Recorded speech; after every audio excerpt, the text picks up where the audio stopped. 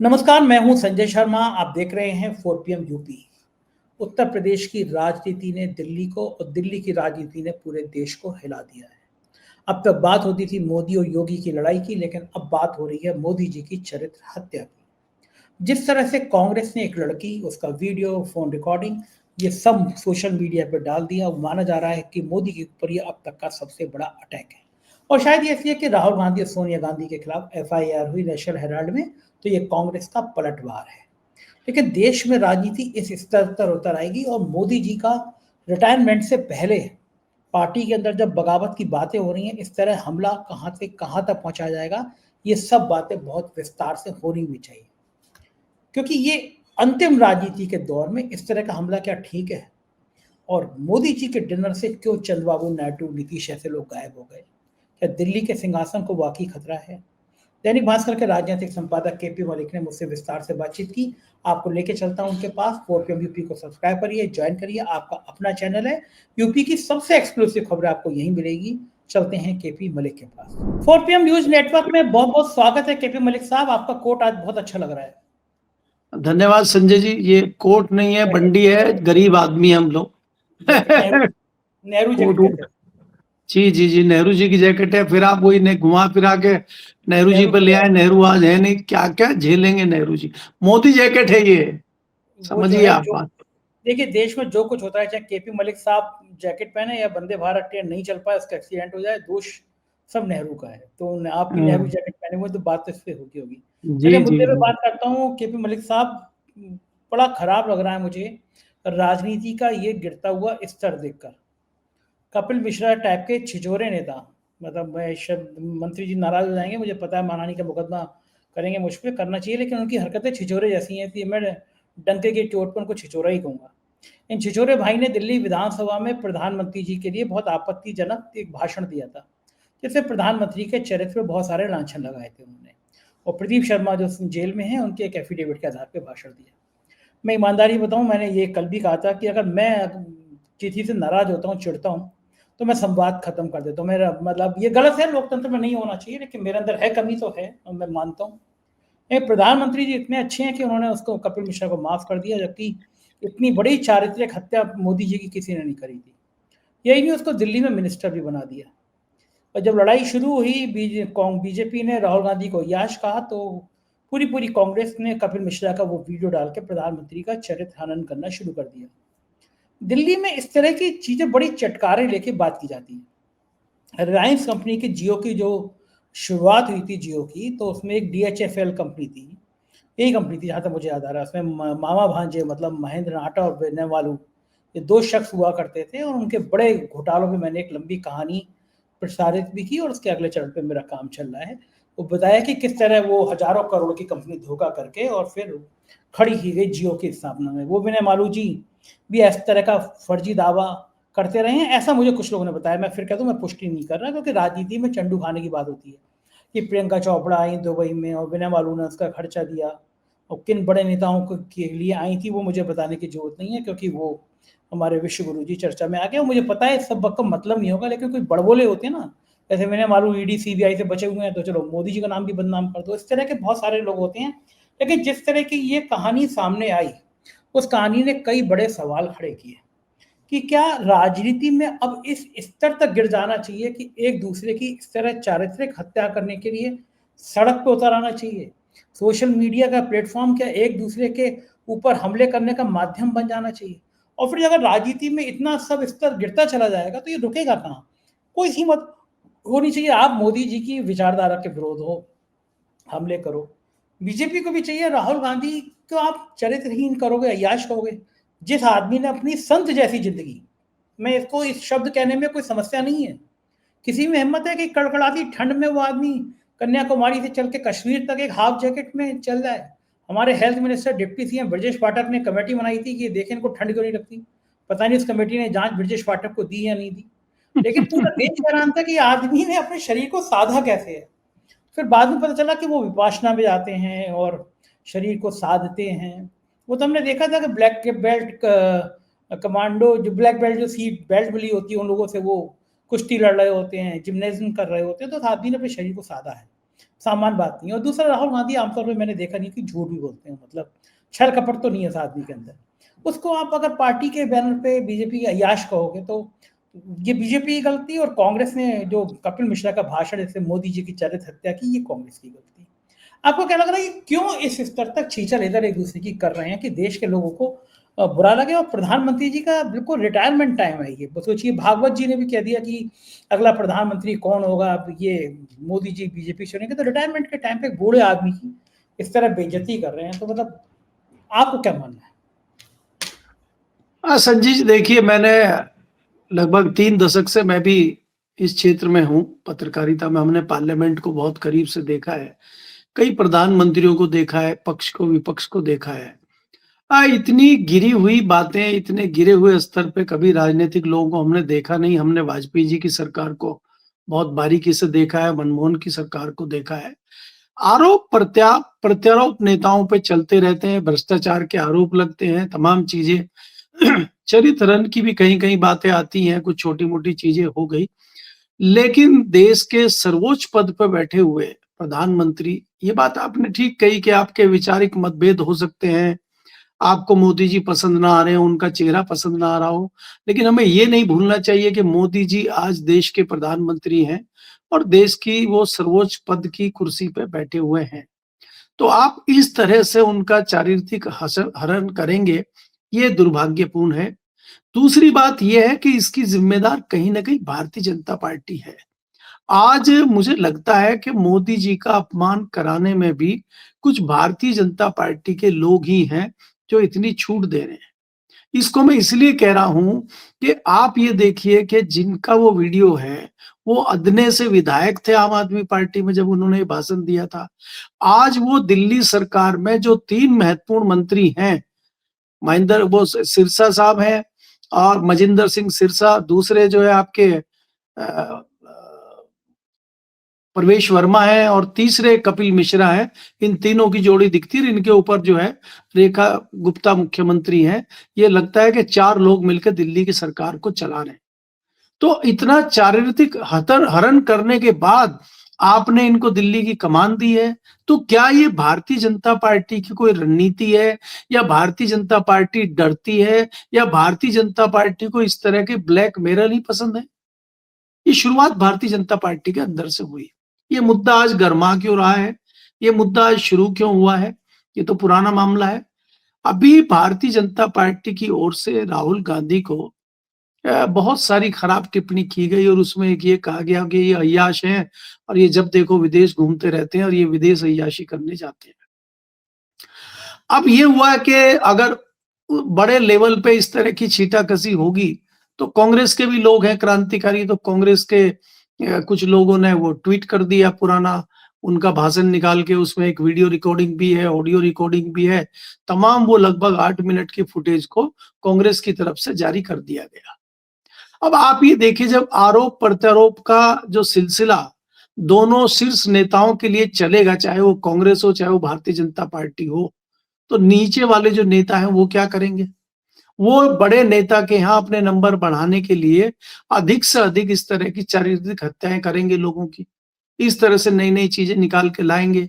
और आपने ये भी बात सच कही है कि इसमें कई सारी झूठी चीजें भी आएँगी, जिसका किसी के पास कोई तथ्य नहीं है। इस तरह की चीजें भी इसमें कई लोग प्रयोग करेंगे, सफाई आप बाद में देते रहना।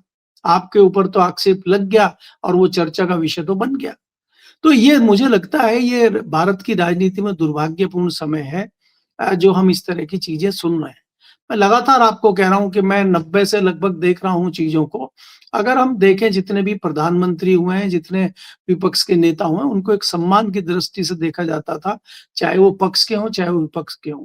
कई लोग ऐसे होते थे, बहुत बड़े नेता हैं, वो चुनाव हार भी गए, वो किसी पद पे भी नहीं है, तब भी उनका सम्मान कायम रहता था और उनके विषय में कोई इस तरह की टिप्पणी नहीं कर सकता था।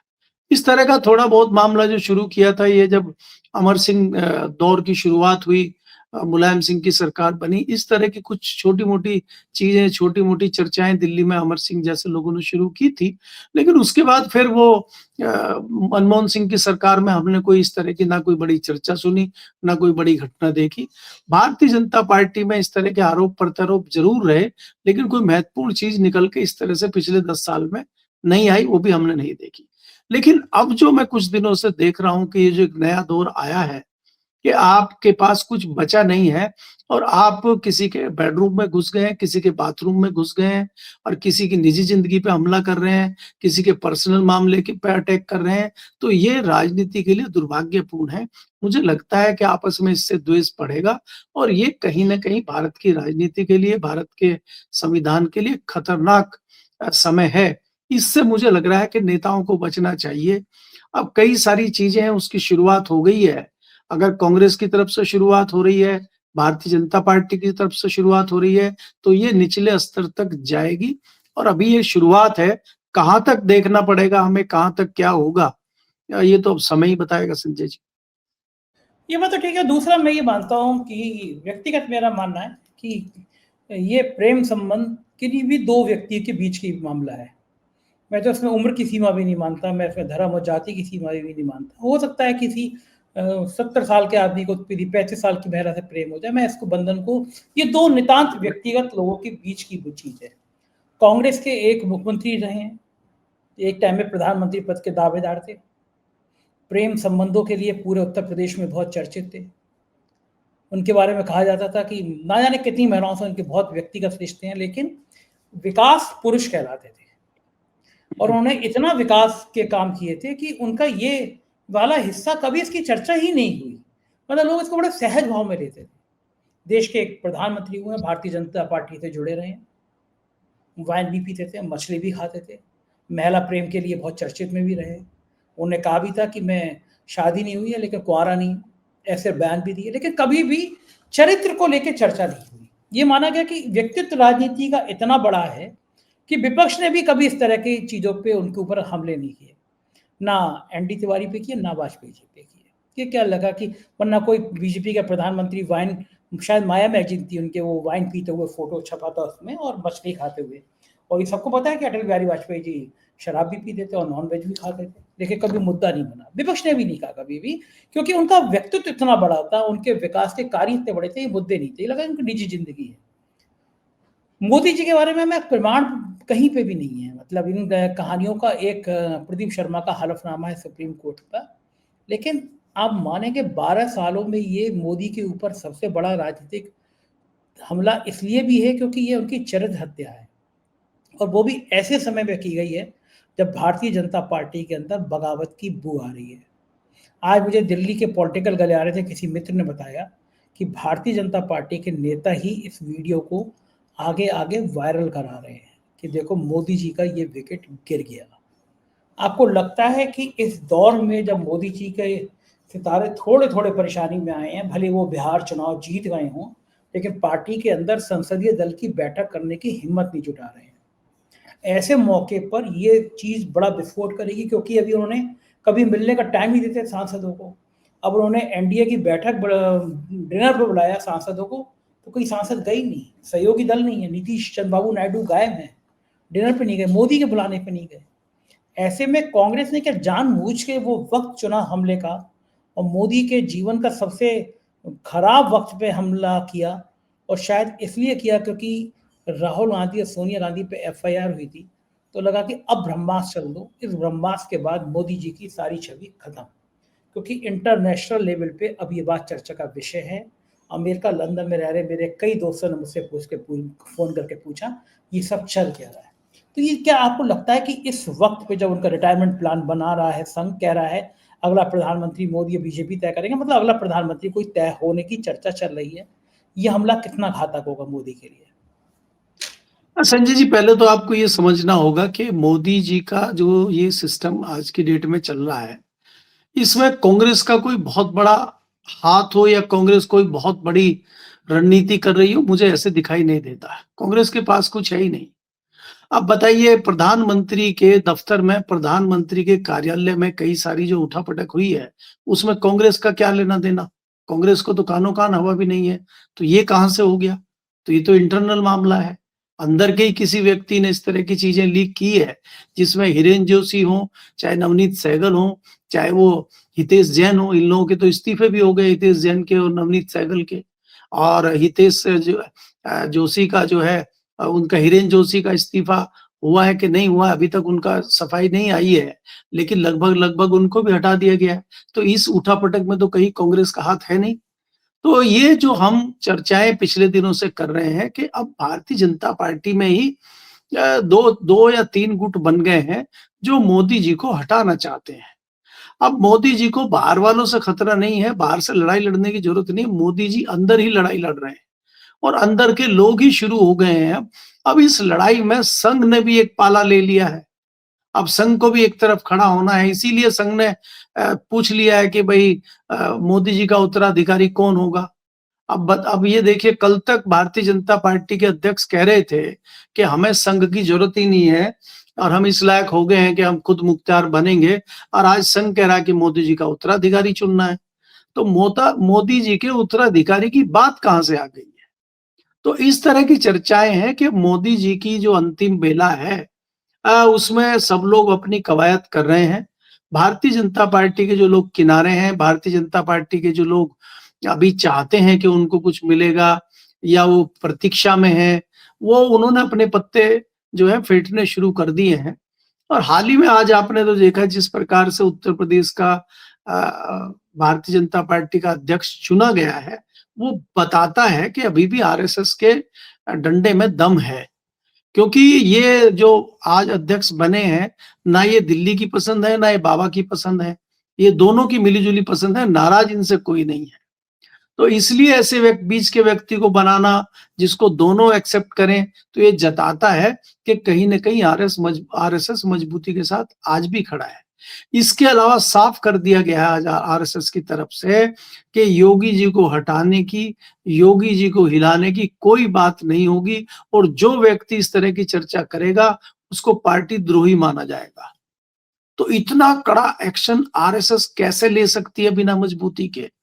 तो दिल्ली में कहीं ना कहीं जो हम लगातार चर्चा कर रहे हैं, आपके चैनल पर पहले भी चर्चा की है, कि जो 75 वाला फॉर्मूला है मार्गदर्शक मंडल का, अब उस पर विचार चल रहा है। और मार्गदर्शक मंडल में कुछ नए मेहमान आने वाले हैं, उन मेहमानों की सूची बन रही है। तो उन मेहमानों की सूची में मोदी जी का नाम लिख दिया गया है। अब वो कितनी देर में उसको एक्सेप्ट करेंगे कि उनको वो खुद आराम से जाएंगे या उनको धकेल के डाला जाएगा मार्गदर्शक मंडल में? क्योंकि आपको याद है कि जितने लोग पीछे मार्गदर्शक मंडल में गए थे, अपनी खुशी से तो मुझे याद आ नहीं रहा कोई गया हो। उसमें तो धकेल के डाले गए थे, चाहे वो अडवाणी जी हो, चाहे मुरली मनोहर जोशी हो, चाहे सुमित्रा महाजन हो, और चाहे तमाम जितने भी लोग थे जिनके टिकट कटे हैं या जिनको हटा के वहां डाला गया है। तो अब उसी सूची में अगर मोदी जी का नाम आता है, दूसरे लोगों का नाम आता है, तो मुझे लगता है आरएसएस उसकी कवायद कर रहा है। और फिर आरएसएस को एक सेनापति, एक सदा हुआ घोड़ा चाहिए जो मोदी जी के बाद इस मामले को संभाले। इसमें कोई दो राय नहीं है कि आज भारतीय जनता पार्टी के पास हिंदुत्व का कोई बड़ा चेहरा नहीं है। अगर चारों तरफ नजरें घुमाई जाए तो नजर आके योगी जी के ऊपर टिकती है, जो एक हिंदुत्व का चेहरा है और जिसके ऊपर संघ आगे भारत में राजनीति करना चाहता है भारतीय जनता पार्टी के माध्यम से। अगर भारतीय जनता पार्टी कमान देती है अमित शाह को और अमित शाह को आगे बढ़ाती भी है, तो अमित शाह का कोई उस तरह का चेहरा नहीं है जो जिस प्रकार का चेहरा मोदी जी का है या जिस प्रकार का चेहरा योगी जी का है। क्या अमित शाह को दूसरे राजनीतिक दल, एनडीए के जो सहयोगी दल हैं, या भारत की जनता या दूसरे लोग इतनी आसानी से एक्सेप्ट कर लेंगे? इस पे भी कहीं ना कहीं संघ विचार कर रहा है। लेकिन संघ ने यह तय कर लिया है कि मोदी जी को अब जाना ही होगा और 75 साल का फॉर्मूला जो है वो लागू होगा। तो 75 साल के फॉर्मूले के तहत ये जाएंगे तो कौन आएगा, उसके लिए अभी कवायद चल रही है। और वो कितने दिन में जाएंगे, क्या होगा, जो 27 में चुनाव लड़के योगी जी दोबारा सीएम बन के आएंगे या पहले ही आ जाएंगे, या गडकरी जी आएंगे, या दिल्ली वाले जो मुंबई वाले मुख्यमंत्री फडणवीस हैं वो आएंगे, क्या होगा ये तो बाद में पता चलेगा। लेकिन इस बीच आपको ये तस्वीर साफ हो जाएगी कि राष्ट्रीय अध्यक्ष जो बनेगा अब कम से कम वो मोदी जी की पसंद का नहीं बनेगा, ये मैं निश्चित तौर पर कह सकता हूँ। जी। ये बिल्कुल ठीक बात है, मैं भी सहमत हूँ कि अब राष्ट्रीय अध्यक्ष बनने में थोड़ी पेचीदगियाँ आएँगी सामने।